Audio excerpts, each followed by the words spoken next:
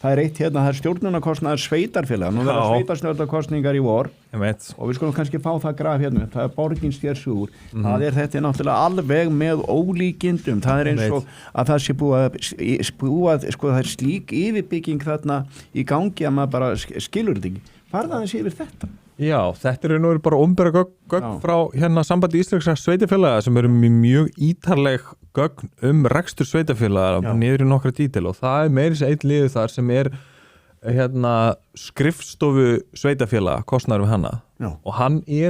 einfaldlega á mann í Reykjavík sem samt langstæsta sveitarfélag mann ætti að hafa hagræði njóta stórrekstursins ef það ætti að vera hagræði einhvers staðar þá það í svona yfirbyggingu annað kemur aldeilis á daginn þetta sko tölur sem þú sér eiginlega bara hjá svona litlum sveitarfélagum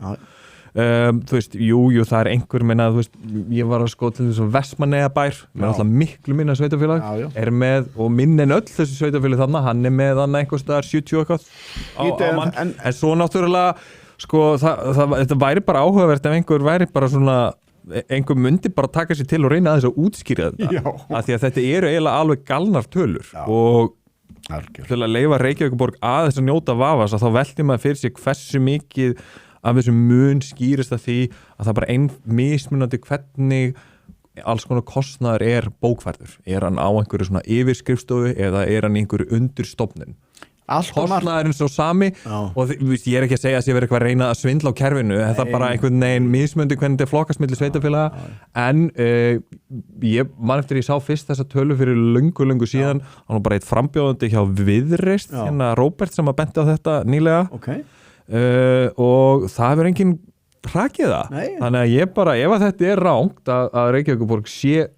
sem Reykjavíkurborg ætti náttúrulega að vera neðst á þessum lista ef hún er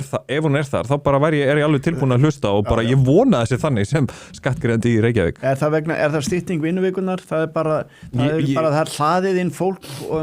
það er stytting vinnuvikunar allstaðar sko. Það séu allir spretthópanir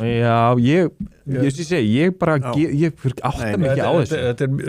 Þetta bara svo skrítið Þetta einhver bírókratískur veruleiki sem við erum að sjá í þessu sem að ég held að bara sko, þú náttúrulega tekur þessar tölur upp frá Þetta bara beint frá sambandi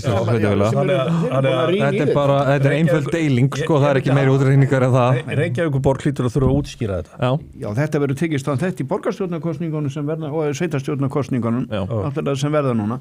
Reykjavíkurborg henni illa stýrt búið að hlaða inn í batterið allt á mörgu fólki ómörg svið þarna sem engin veit ég segi bara það eru ómargir að vinna það sem færri gætu inta hendi Já, það það sem þetta bendir til, ég held að það sé alveg augljóst